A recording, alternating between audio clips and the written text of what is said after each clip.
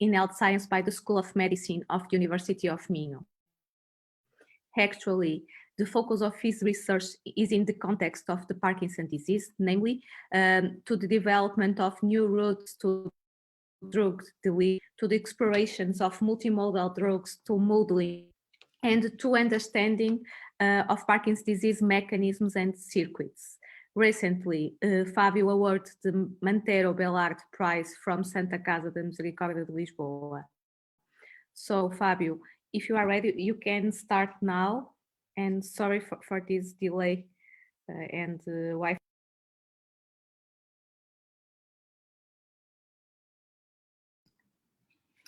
So good afternoon, everyone. Thank you, Christina, for the kind introduction. No need to apologize. It happens. So thank you. Today, I will try to share with you and give you a perspective about the work that we are developing into the lab, namely on the context of pharmacotherapies and the Parkinson disease. So when starting by the disease, and the numbers involved with it, nowadays we have 7 to 10 million people living with Parkinson in worldwide. And concerning and taking into account the US population, we have around 60,000 new cases per year, with an incidence of 1.5 times higher in men than women.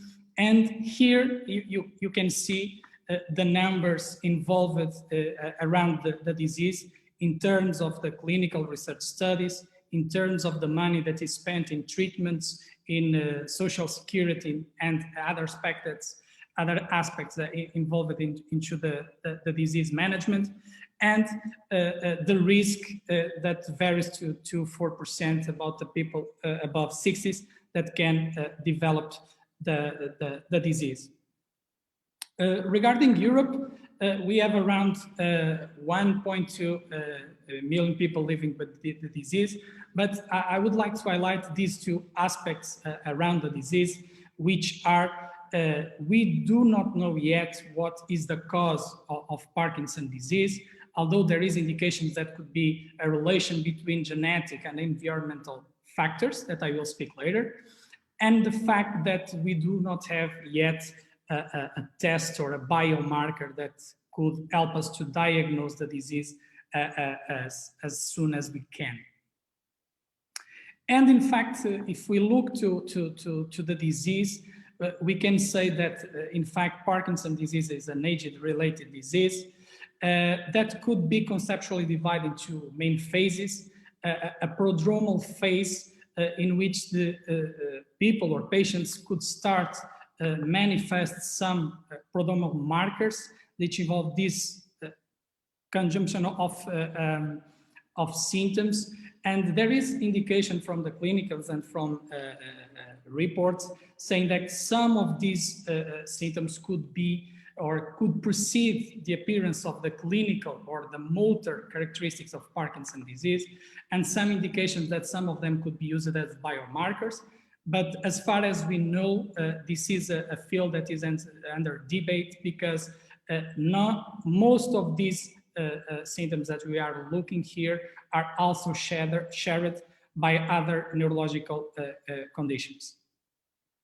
And the second phase is the clinical diagnosis of the disease, which involve these cardinal features that characterize Parkinson's disease, and which means then when we reach here, it means that the threshold of the dopaminergic integrity was compromised and the cardinal symptoms arise. Having this in mind and looking to the pathophysiology of the disease, here you have represented the nigrostriatal, mesolimbic, and mesocortical pathway, which are the dopaminergic pathways at the brain. But when the disease occurs, the main one that is affected is this one, the nigrostriatal pathway, in which the dopaminergic projections from the substantia nigra to the striatum are affected. So when this occurs, the cardinal features that I have told you before arise. And as I have mentioned you before, we don't know the cause, but nowadays we know the several factors that could be connected or interconnected and could be involved into the development of the disease. So there is a marker that is common, which is the accumulation of aggregation of toxin proteins like alpha-synuclein, as you can see here. But regarding the factors, we have main 4 factors, starting by the genetics, in which we have genes that are correlated with the development and progression of the disease, which are these ones herein presented. Then we have the age and procedure that I've told you before. And then we can have also injury stressors. One of example is the head trauma, or the environmental factors like pesticides or toxins that sometimes we can be subject, that seems to have an indication of to be linked to impaired respiratory chain at the level of mitochondria and leading to the increase of oxygen reactive species that could contribute to the generation process and to the disaccumulation that I have told you. So looking to this overall picture, we nowadays can define Parkinson's disease as a multifactorial disease. And bearing this concept in mind, there is a question that we should make, which is if we are, in the terms of treatment, if you are treating correctly the disease. I should say no, because most of the treatments that we have currently available are just tackling one of the consequences of the disease, which is the low production or the absence of dopamine. So using these strategies, in which levodopa is still considered the gold standard treatment of the disease, we are just increasing the levels of dopamine into the system, but we are not tackling the degenerative process of dopaminergic neurons. We are not protecting that denervation. Similar outcomes could be also observed with a surgical procedure that is currently available to treat PD, which is deep brain stimulation, which basically corresponds to the implementation of electrodes in some areas of the brain, like the pedunculopontine, the subthalamic nucleus, or the internal globus pallidus fraction. And as you can see, all these areas are interconnected and linked to the striatum. And basically what this technique does is the same of the pharmacological strategies. They are just increasing the levels of dopamine, but they are not avoiding the degeneration process. So based on this, our next question was, and if we can modulate or interfere the PD pathophysiology or its progression?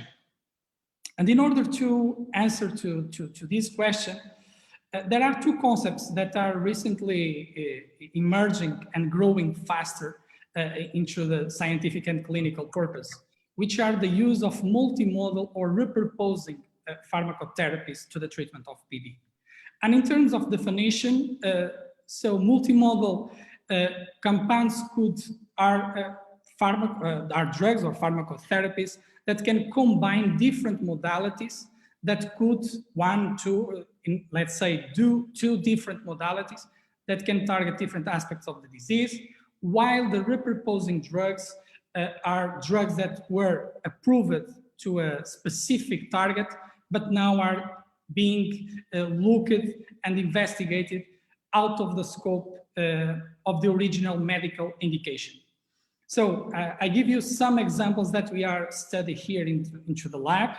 So one of those is safinamide, which is a recent approved monoamine oxidase B inhibitor that was approved as an adjuvant strategy to levodopa into mid-late stage Parkinson's disease patients. We have N-acetylcysteine, and the work is, being developed by Sophia. We have N-acetylcysteine, which is an antioxidant that works like a supplement. And in terms of functions, this drug is promoting antioxidant activities has been linking to the boosting of the levels of glutathione, and it has been also correlated with an increase on dopaminergic transporting binding. And this work is being developed by Rita, which I want to publicly congratulate, because his recent data was recently awarded as the best poster presentation in the ENCODES meeting. And then we have felodipine, which is an antihypertensive drug, so a blood pressure medication that was recently found to be able to promote the clearance of protein toxin aggregates like alpha-synuclein by the induction of autophagy. But today I will focus my presentation on safinamide. And safinamide, as I told you, is a multimodal drug since it complies two different modalities, one dopaminergic and one non-dopaminergic. So, and while the dopaminergic involves the inhibition of MAO-B, so we are avoiding the degradation of dopamine, so which means that we are increasing the levels of dopamine into the system. We have also indications that this drug has also the capability to modulate the sodium and calcium channels, probably linking to glutamate release inhibition. So probably we are avoiding the increase of the levels of excitotoxicity into the system. And more recently, it was indicated that this drug could also have a role into the modulation of microglial activation and phenotyping regarding the mythic M1 and M2 phenotypes. So based on this information, this drug is being looked at like a potential neuroprotective disease modifying strategy that could tackle the degenerative process of dopaminergic neurons. And trying to underline the mechanisms around the safinamide, here I show you the hypothetical pathways or mechanisms that could be involved. This is what we know about the literature, the small indications that we have already with the modulation of glutamate, dopamine, and microglia activation. But in a meeting that I was last year, there was a preliminary indication that safinamide could also modulate the oxidative stress and also some of the proteins involved in this mechanism. And to answer to these underlying mechanisms, and in order to understand if in fact safinamide has these modalities to tackle different aspects of the disease, we did an animal study using the unilateral model of 6-hydroxydopamine, which is a model that we have very well established here into the lab. And basically what we did was an injection of 6-hydroxydopamine into the medial forebrain bundle. We wait 3 weeks to characterize the phenotype of the animals using the staircase test, which is a test to analyze the motor behavior performance of the animals, and the rotameter test to address the dopaminergic integrity of the system. After this characterization, we did 1 week of safinamide treatment, and 1 week of this treatment, and 4 weeks after this treatment, we have proceeded to the animal behavioral analysis, which was after complemented by molecular and histological analysis. And starting with the characterization of the model, as I told you, we did the rotameter test to address the dopaminergic system integrity. And as we did an unilateral injection on the right hemisphere, so the left side will be affected, and using a dopamine agonist like apomorphine, the reaction that the animal has when the dopamine reaches the brain is starting to rotate like this to the contralateral side. So which means that as much as higher rotations we have, it's a readout that we have our dopaminergic system compromised. In terms of the behavior performance, you have here the staircase test. in which the animals are facing here with a double staircase that has 7-step sides, in which the first step side is the easy one and the 7th step is the hard one. And basically what we analyze here is the capacity of the animal to grasp, retrieve, and eat the pellets. So, and basically what we have here is the success rate of that performance. And as you can see here, the animals that were injected with 6-hydroxydopamine had a compromised motor performance when compared to the control group. Even when we take a look on the affected side,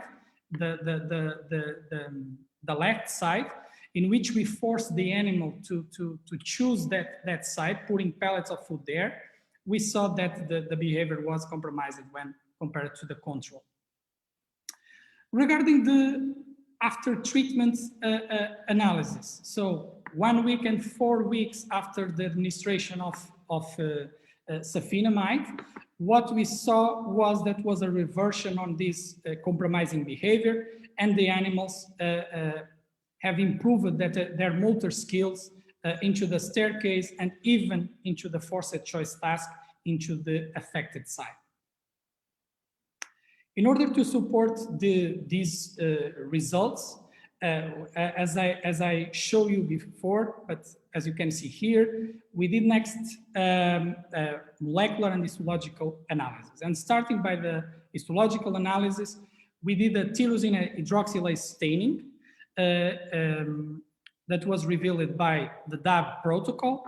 And what we see was doing a densitometry analysis, we saw that the TH positive terminals were increased in the animals treated with safinamide when compared to the untreated group. We are now counting the cell somas of dopaminergic neurons, and we are ongoing with these results, but we saw the same tendency as the densitometry, which means that probably safinamide is protecting the dopaminergic system, but very recently someone did an interesting question about if these neurons were remaining neurons or if we were speaking about de novo neurons. It is in fact a very interesting question, and together with Luisa Pinto from here, ICVS, we are now running a protocol for analyze cell survival or even differentiation of dopaminergic neurons. Still, and to support these results, we are also analyzing the dopaminergic transporter. And for that, we did a staining into the brain. Here you have the striatum. This is one of the pictures that we are analyzing. Here we have a sham animal, a control group, and you can see that the staining works very well. We are now collecting the group, the experimental groups, and treated groups, to perform the analysis of the fluorescence intensity of that and to see if we have a correlation and the coherency of results compared to the ones that I have showed you previously. So having this in mind, we pursue with a bunch of analysis. And regarding the molecular part of the analysis, here you have represented the basal ganglia, which involves the striatum and the substantia nigra, but we have also another areas that could be involved into the development and progression of the disease. But what I want to say here is that we are doing a triple method analysis by region, by cell type, and by molecules that are involved into Parkinson's disease. And today I will show you the results regarding some interesting results that we have already obtained to the striatum and to the substantia nigra, and to microglia and astrocytes and some of these molecules, okay? So regarding the molecules, I bring you some preliminary data that we have, and what was interesting is that we are seeing this for the first time for safinamide. As far as I know, there is no description on the literature regarding these eventual mechanisms and molecules that we are seeing here that appears to be modulated by the drug. But starting for the DJ1, the DJ1 is a protein that is involved into the antioxidant system in Parkinson's disease. Inclusive, we have a genetic form of this protein. And what we saw was that after the injection of 6-hydroxydopamine was a clear decrease in the levels of this protein that was reverted by safinamide. In the same context about antioxidant properties, we saw the same to the superoxide dismutase, which is an enzyme responsible for the degradation of the superoxide species. And after the 6-hydroxydopamine injection, there was a decrease in the expression and probably in the activity of this molecule, which was reverted by the safinamide treatment. Also interesting was to observe that this positive trend of the impact of safinamide on LC3B, which is a marker of autophagy, and it is involved in the biogenesis of the autophagosome. In the striatum, we saw also an interesting result, which was a decrease in the expression of VCUT, which could tell us that probably we are modulating the transport and probably the consequent release of glutamate into the system, so avoiding the establishment of an acetotoxic environment. So with this data, what we can say is that we are in fact tackling some of the targets that I show you in the beginning of the presentation regarding the glutamate. And it was interesting to see that we are also modulating the redox system of the system by increasing the levels of DJ1 and SOD, but also this marker of autophagy. So, bearing all these results in mind and in a way of try to complement even further these results, we have finished the second set of these experiments in order to increase the statistical power, the N of the samples, and so on. But at the same time, we have also established a collaboration with Emanuele's lab at the UK Dementia Research Institute that has a beautiful in vitro model of human inducible pluripotent derived dopaminergic neurons, and in which we will apply our safinamide treatment, taking advantage of the tools, of the bioinformatic tools that his lab has in terms of single-cell RNA-seq for this kind of experiments. We hope to get some data or complementary data that could support the results that I have shown you before. But continuing on the triple analysis that I have presented you, we next have analyzed the impact of safinamide on cells, population, into the brain.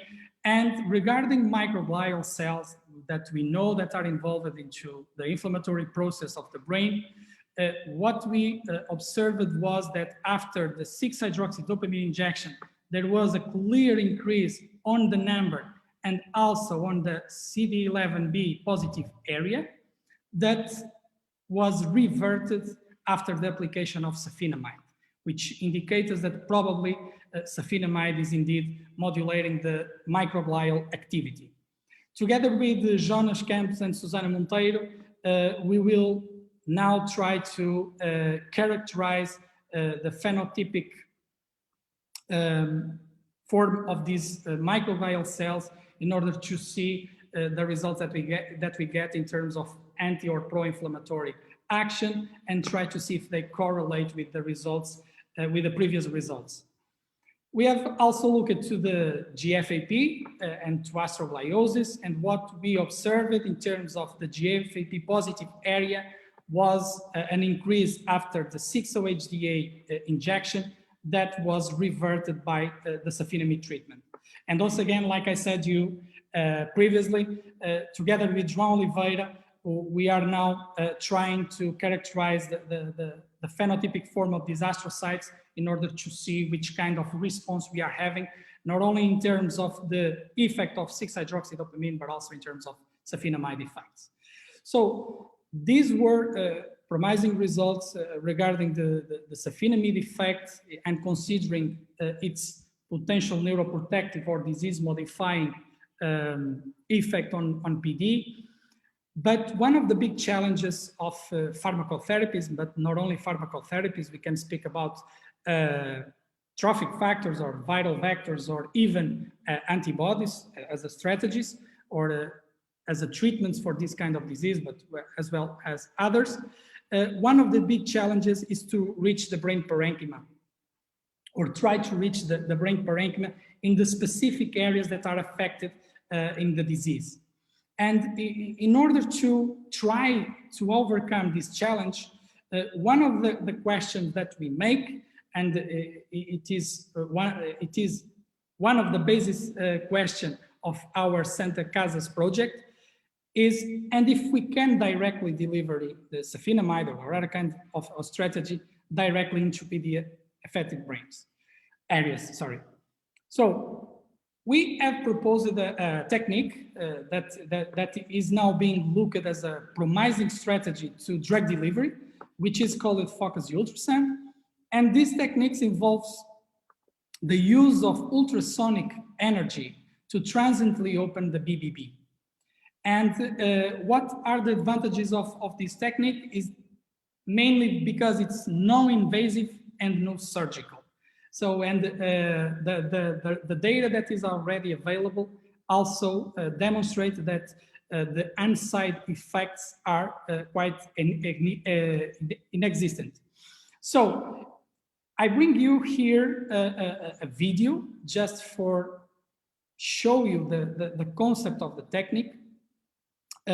This video was performed to Alzheimer's disease because I didn't find yet a video that has the application of the technique on Parkinson's disease, but the technique is being already used for it.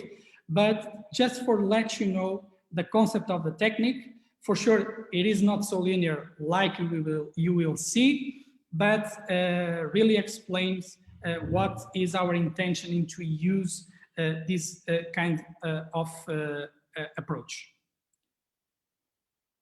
Let me see.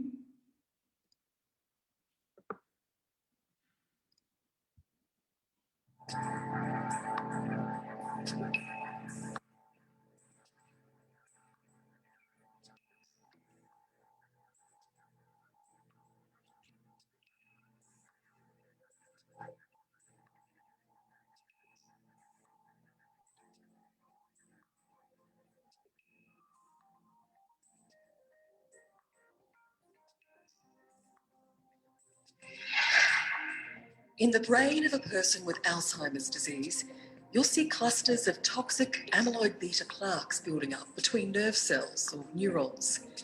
And inside neurons, tau proteins clump together, causing cell death. Ideally, we can use drugs to remove this toxic buildup, in turn reversing the cognitive damage. But this drug delivery is hampered by the blood-brain barrier, which acts as a strong shield, stopping drugs from penetrating to where they're needed.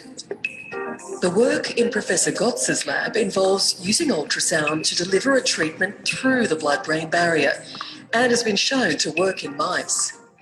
This is how it could work in humans. First, the patient is injected with microbubbles.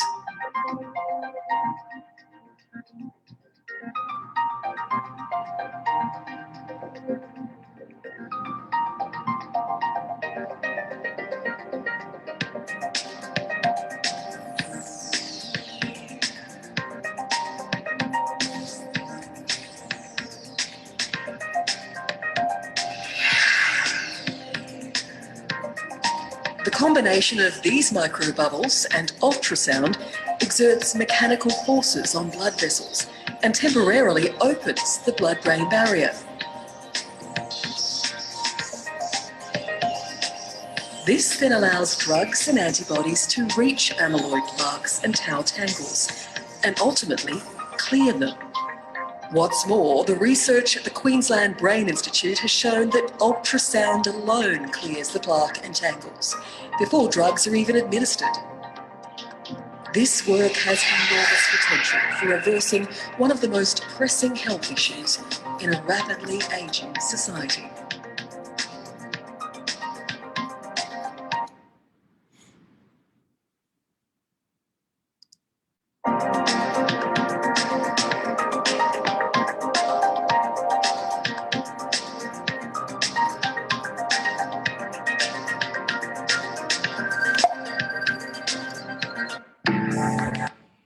So this work is being developed essentially by Bruno Araújo, that recently spent 1 month into Neurospin, which is our partner in this project and in this procedure.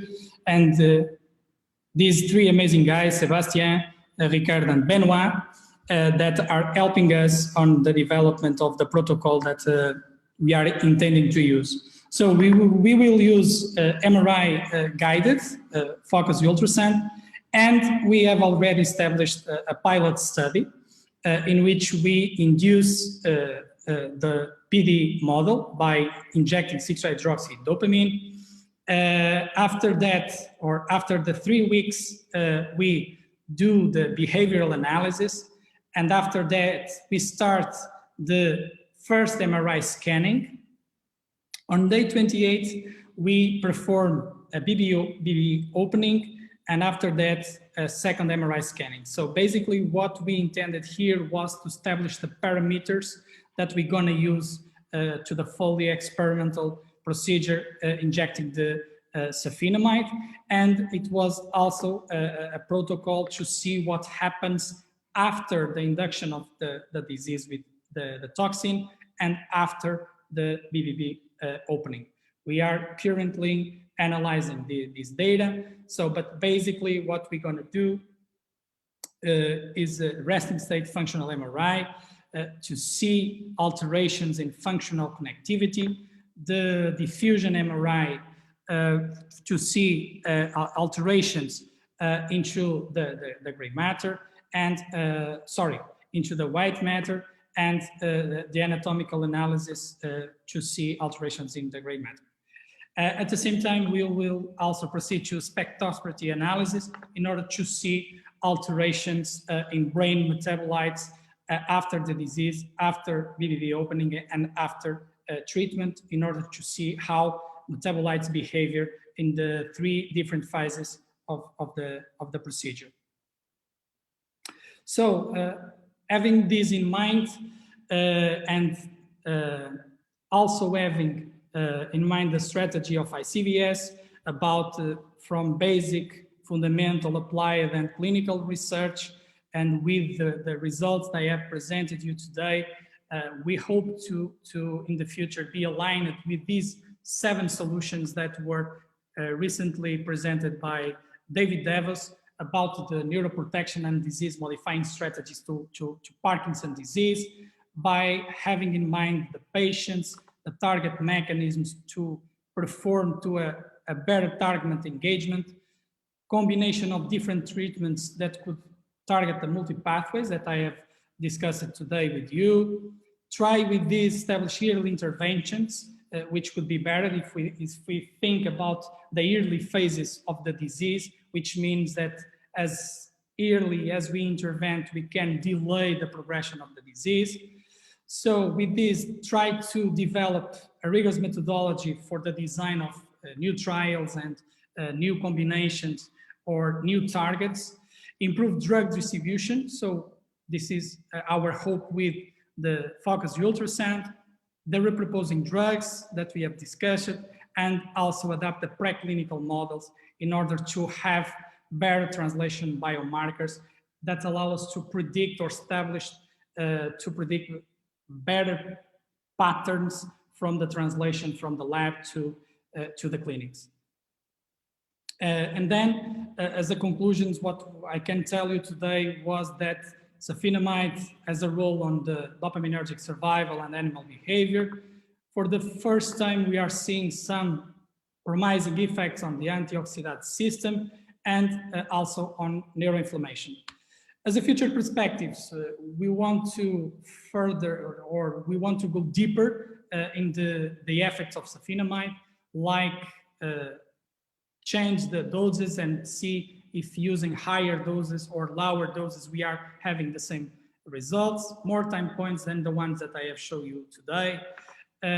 See if there is a regional response by the different areas of the basal ganglia, address the dopamine levels, and compare these effects with other MAO inhibitors like residualine, because there are also indicators, although with controversy, that this drug could also promote therapeutic effects under neuroprotective actions on Parkinson's disease.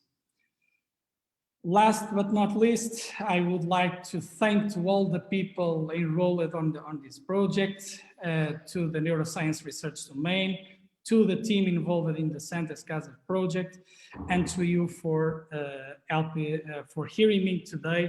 And I will be glad if you have questions. Thank you so much.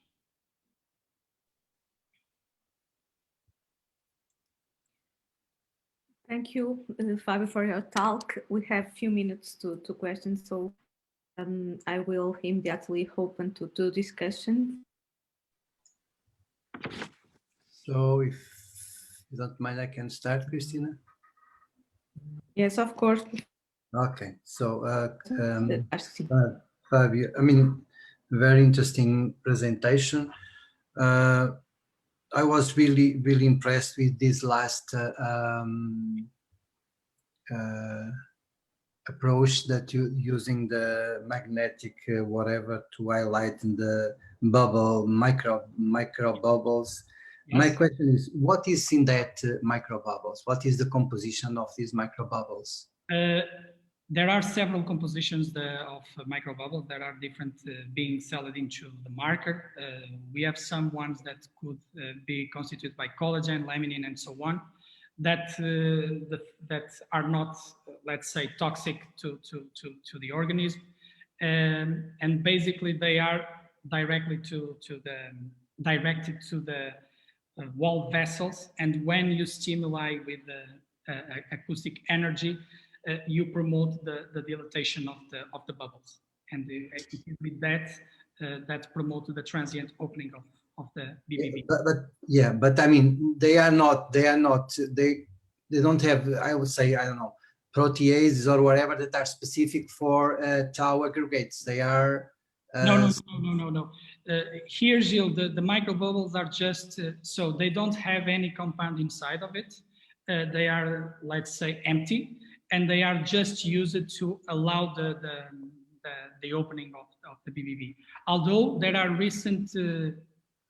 one recent study that was published last year in Nature Communications that tried to use the microbubbles as nanoparticles for the release of compounds. And there is also a possible indication or a possible application of the microbubbles instead of create the opening procedure at the BBB. So the question is, if you can manage to dissolve these tau aggregates, what if, I don't know if it's known or not, what's the implication on because you talked about M1 and M2 cells and consequences on T helper cells. What would be, if it's known, the consequences on this shift, if any, and consequently on the T helper cells that somehow perpetuate this chronic status of inflammation? Okay, you spoke about tau, but tau it's in Alzheimer's. I will focus on alpha-synuclein because it is the protein that is associated to PD. Regarding your question, Jill, we don't have yet data that demonstrated how T cells, for instance, as you mentioned, behave after these procedures. What we know so far is that apparently, and it was published a study on 2017, that in fact safinamide potentiated the arginase levels, which could be a marker associated to the M2 or the mythical M2 phenotype, but I think that we should go further than that, because there are recent anatomical and physiological data regarding single-cell RNA sequencing that we could have different profiles regarding microglial cells. And for that, I have proposed the collaboration with Emanuelis in order to check, or to real check, with using dopaminergic neurons, but also doing a mixture with astrocytic or microglial cells in order, if we have this behavior that we are seeing with safinamide. Okay, thank you.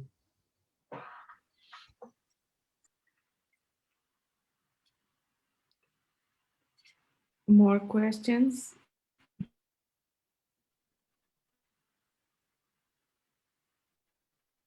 Okay, I don't have any request more. I have okay, one question. Ana Rodrigues. Yes. Hello. So Fábio, I had one question regarding with the administration of safinamide, that as far as I understood, you gave safinamide for a 1 week period, right?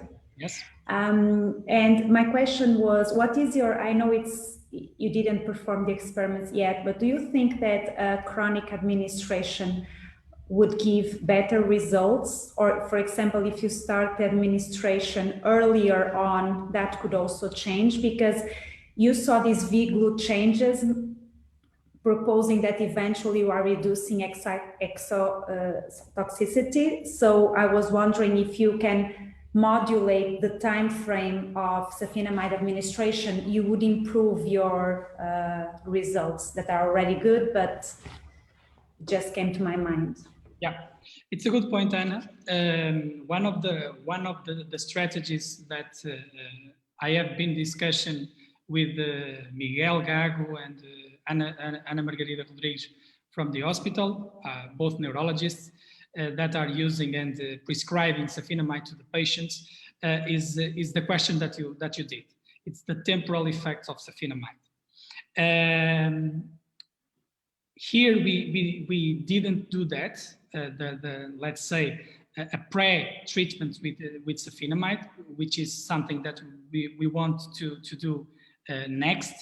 And regarding the chronic treatment application, for sure it is something that we want to test. And for that, I told you in my last slide that one of the things that you want also to change, let's say, it's the doses of the drug.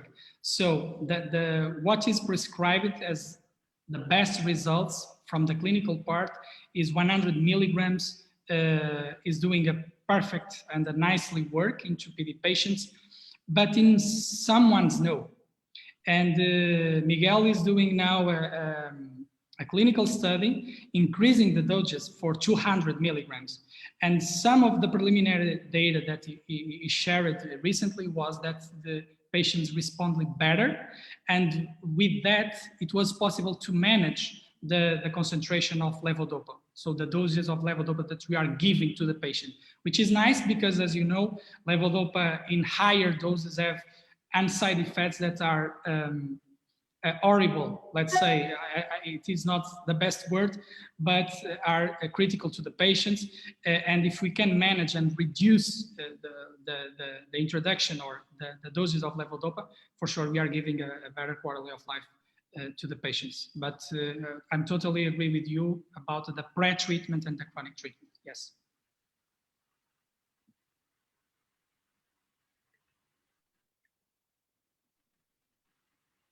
Any more questions? I don't think so. So thanks, Fábio, for the discussion. And I hope we have a good day today. Bye-bye. Thank you so much to everyone. Have a nice day.